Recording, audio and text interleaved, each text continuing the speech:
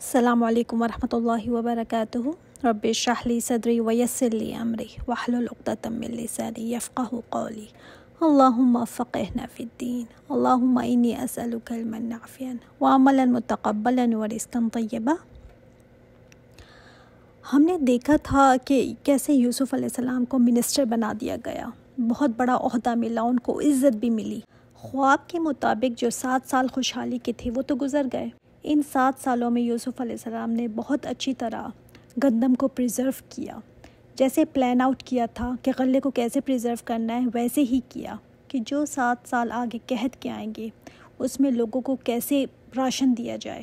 تو یوسف علیہ السلام کی مینجمنٹ کی وجہ سے یہاں پر تو غلہ تھا، لیکن یہ قحط آگے تک پھیلا ہوا تھا۔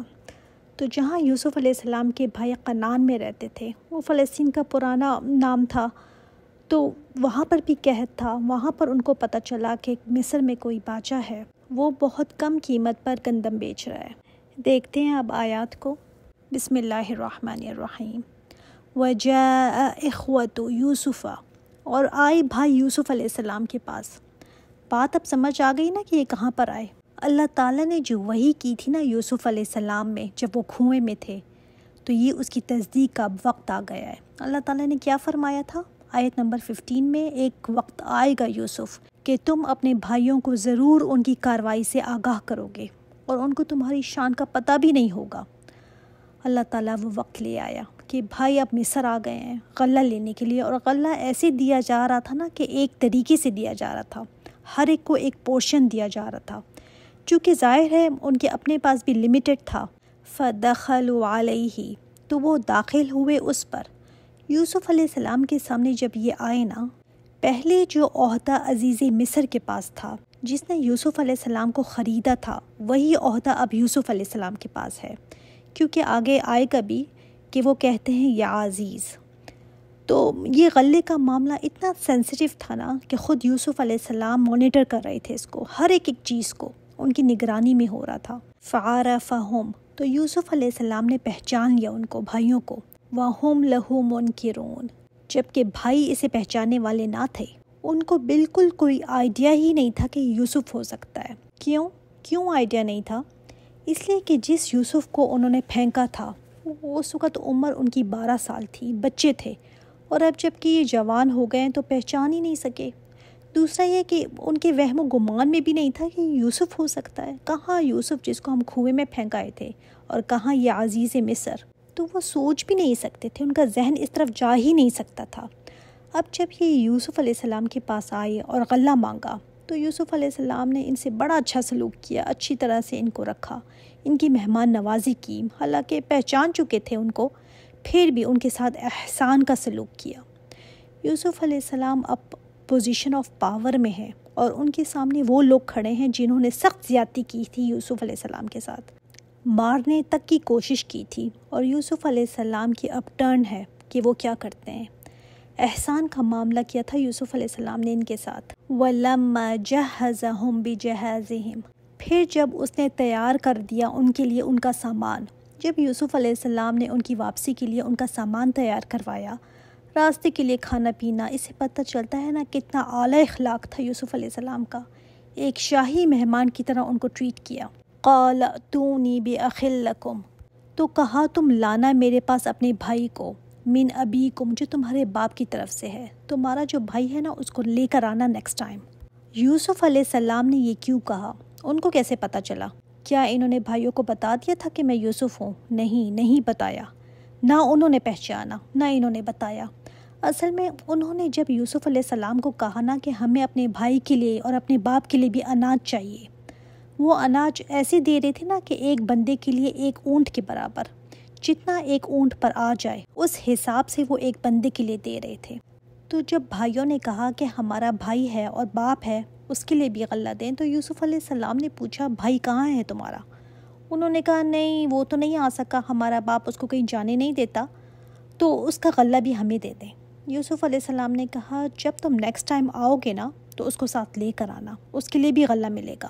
الا ترون انی اوف الکیل، کیا تم دیکھتے نہیں ہو کہ بے شک میں نے تمہیں پیمانے بھر بھر کر دیا ہے، یعنی میں نے کتنی سخاوت سے، کتنے کھلے ہاتھ سے دے رہا ہوں، حالانکہ ایسا سخت وقت چل رہا تھا نا، قحط کا وقت تھا کہ کم سے کم دیتے، مگر نہیں، بھر بھر کے دے رہے تھے۔ وَأَنَا خَيْرُ الْمُنزِلِينَ، اور میں بہترین مہمان نوازی کرنے والا ہوں۔ تو میں بہترین مہمان نواز بھی ہوں، تم اس کو نیکسٹ ٹائم لے کر آنا۔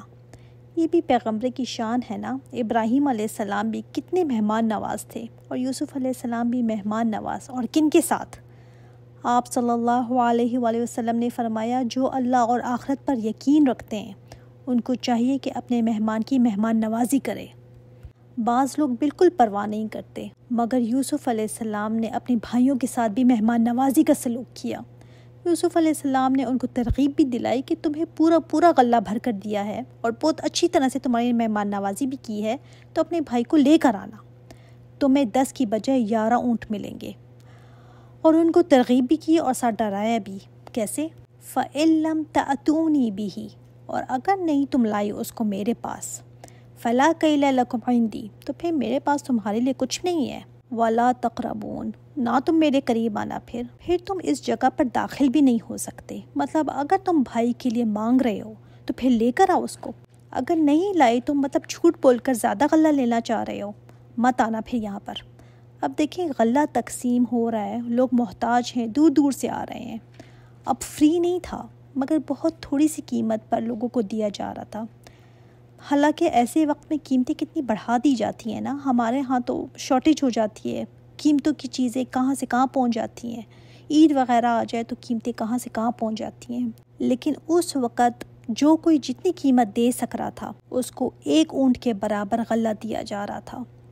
اب بھائی کیا کہتے ہیں؟ یوسف علیہ السلام نے بھائی کو موٹیویٹ بھی کیا اور دھمکی بھی دی۔ بھائیوں نے کہا، قَالُوا سَنُرَاوِدُ عَنْهُ أَبَاهُ وَإِنَّا لَفَاعِلُونَ، ہم بے شک البتہ ضرور یہ کام کرنے والے ہیں۔ ان کو اتنا یقین تھا نا کہ ہم تو ضرور یہ کام کریں گے، کچھ نہ کچھ کر کے بات منوا ہی لیں گے۔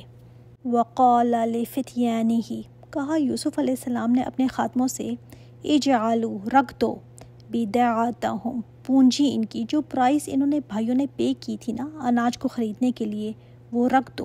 کہاں؟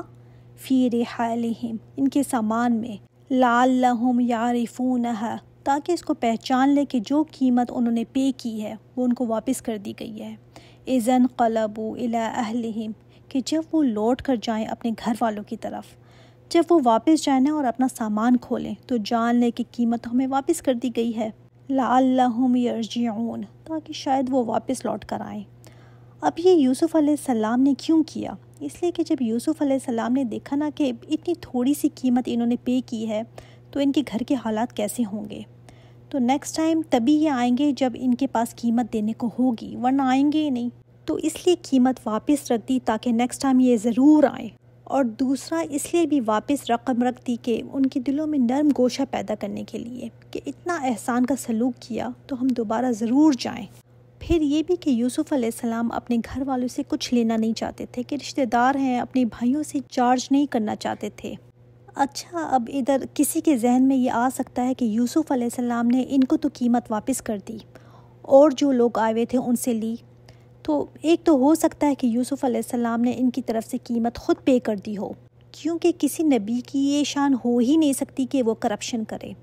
دوسرا یہ بھی ہو سکتا ہے کہ چونکہ بڑے عہدے پر تھے تو فری ہینڈ ان کو ملا ہوا ہو کہ جس کو جتنا چاہیں چارج کریں، جتنا چاہے ایسے ہی دے دیں، کچھ بھی ہو، لیکن ایک نبی کے بارے میں یہ سوچا نہیں جا سکتا کہ انہوں نے کچھ غلط کیا ہوگا۔ اب جب یہ واپس لوٹے نا فلسطین، فلما رجعوا، جب یہ لوٹے واپس الی ابیہم، اپنے باپ کی طرف، قالوا یا ابانا، آتینا، اے ہمارے ابا جان، منع من الکیل، غلہ ہم سے روک دیا گیا ہے۔